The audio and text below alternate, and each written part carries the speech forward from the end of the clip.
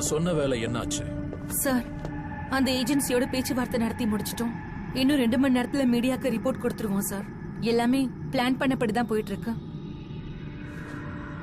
அப்ப ஆரம்பிக்கலாம். இப்ப நம்ம கிட்ட நேரம் இல்ல.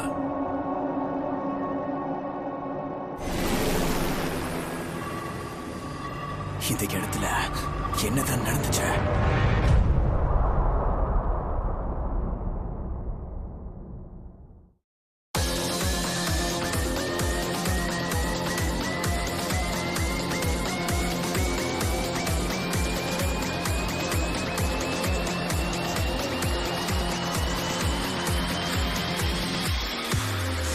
Look easy.